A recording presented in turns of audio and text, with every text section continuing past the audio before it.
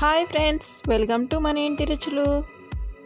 నేను మీకు ఈరోజు అమ్మవారికి నైవేద్యంగా సమర్పించే చక్కెర పొంగల్ని చూపిస్తున్నాను. ఒకసారి నేను చెప్పి కొలతలతో చేసి చూడండి. చక్కెర పొంగలి చాలా బాగా కుదురుతుంది. శ్రావణ మాసంలో చేసుకుని వరలక్ష్మి వ్రతానికి కూడా అమ్మవారికి ఈ ప్రసాదం నైవేద్యంగా సమర్పిస్తాం. దసరాలో అమ్మవారికి ఒకరోజు నైవేద్యంగా కూడా ఈ చక్కెర పొంగల్ని సమర్పిస్తారు.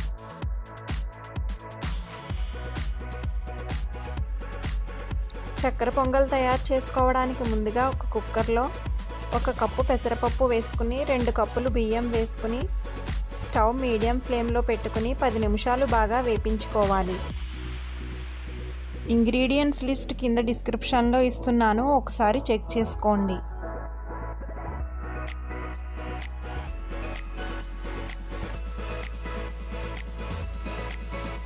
మధ్య మధ్యలో కదుపుతూ ఉండండి.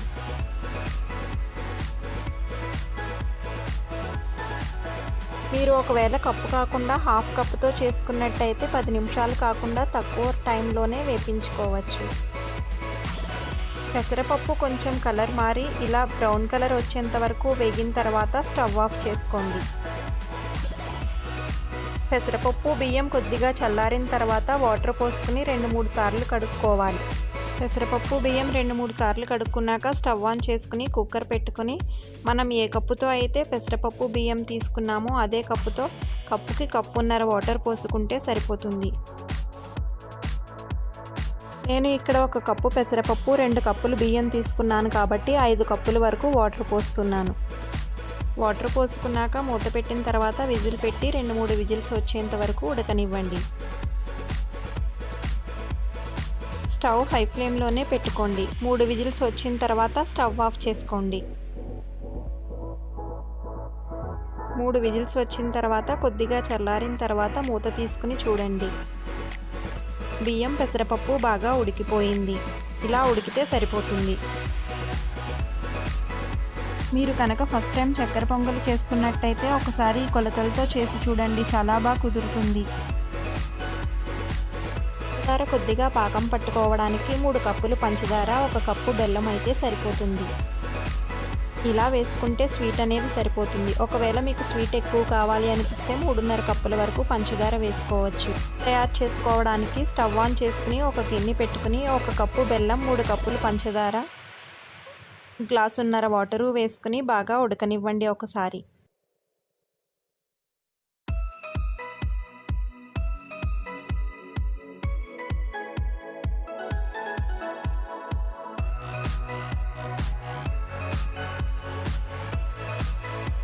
బెల్లం పంచదార కరిగితే సరిపోతుంది. ఎక్కువ పాకం రావాల్సిన అవసరం లేదు.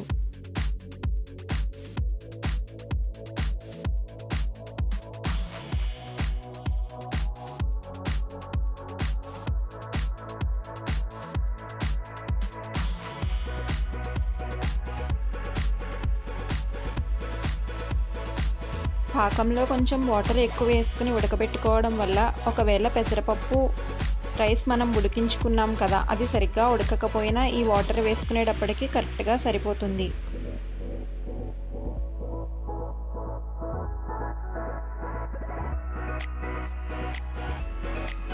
ఇలా ఉడికితే సరిపోతుంది. స్టవ్ ఆఫ్ చేసుకుని మనం ముందుగా ఉడకబెట్టుకున్న పెసరపప్పు బియ్యంలో చిక్కంతో వడబోసుకోండి. ఇలా చిక్కంతో వడబోసుకోవడం వల్ల బెల్లంలో ఏమైనా నలకలు ఉన్నా కానీ బయటకు వచ్చేస్తాయి.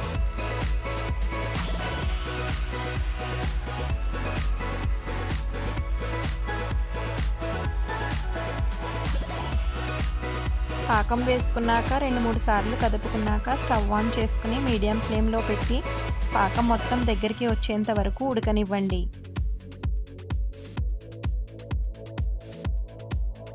వేరొక స్టవ్ మీద కడాయి పెట్టుకుని 1 టేబుల్ స్పూన్ నెయ్యి వేసుకుని కొద్దిగా జీడిపప్పులు, కొద్దిగా కిస్మిస్, కొద్దిగా పచ్చి కొబ్బరి వేసుకుని వేపించుకోండి. మీరు కావాలంటే పచ్చి కొబ్బరి ప్లేస్లో ఎండు కొబ్బరినైనా వేసుకోవచ్చు. నేను ఇక్కడ ఆవు నెయ్యిలో వేపిస్తున్నాను. మీ దగ్గర ఒకవేళ కుదిరితే ఆవు నెయ్యి ఉంటే ఆవు నెయ్యిలోనే వేపించండి. అమ్మవారికి ప్రసాదంగా నైవేద్యంగా సమర్పిస్తున్నాము కాబట్టి ఆవు నెయ్యిలో వేపిస్తే చాలా కమ్మగా ఉంటుంది.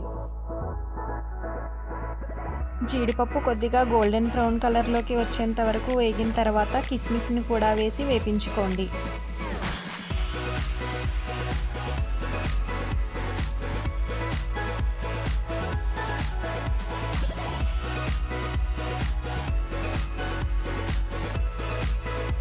జీడిపప్పు కిస్మిస్ వేగిపోయిన తర్వాత ప్లేట్లోకి తీసుకోండి.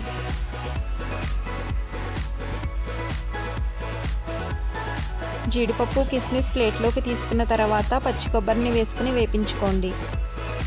స్టవ్ మీడియం ఫ్లేమ్లో పెట్టుకుని వేపించుకోండి. పచ్చి కొబ్బరి వేగడానికి 5-6 నిమిషాలు టైం పడుతుంది.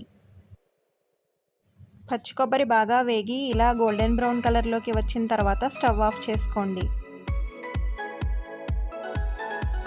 చక్కెర పొంగలి ఇలా ఉడుకుతున్నప్పుడు మనం వేపించి పెట్టుకున్న జీడిపప్పు కిస్మిస్ కొబ్బరిని వేసి ఒకసారి బాగా కలపండి.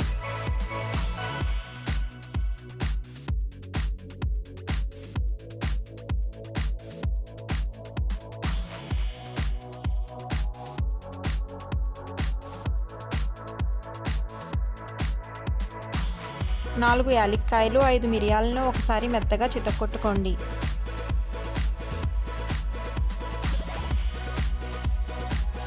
చక్కెర పొంగలి ఉడుకుతున్నప్పుడు ఈ యాలక్కాయలను మిరియాల పౌడర్ను వేయండి. మెత్తగా గ్రైండ్ చేసుకోకుండా ఇలా చితక్కొట్టుకుని వేసుకోవడం వల్ల చాలా రుచిగా ఉంటుంది.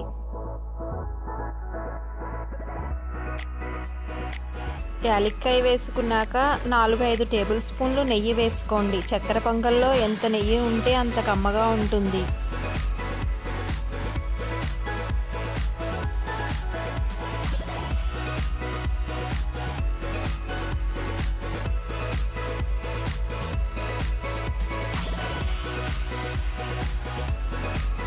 పాకం అంతా ఇలా దగ్గరికి వచ్చేస్తే సరిపోతుంది. స్టవ్ ఆఫ్ చేసుకోండి. చక్కెర పొంగలి మీకు గుడిలో పెట్టిన ప్రసాదంలా ఉండాలి అంటే చిన్న పచ్చ కర్పూరం కూడా వేసుకోండి. ఓకే ఫ్రెండ్స్, ఈ దసరాకి మీరు కూడా తప్పకుండా ట్రై చేయండి. మీకు కనుక నా వీడియో నచ్చినట్టయితే లైక్ చేయండి, షేర్ చేయండి. ఫస్ట్ టైం చూస్తున్నట్టయితే సబ్స్క్రైబ్ చేసుకుని పక్కనే ఉన్న బెల్ ఐకాన్ని క్లిక్ చేసి ఆల్ అనే ఆప్షన్లో పెట్టుకోండి.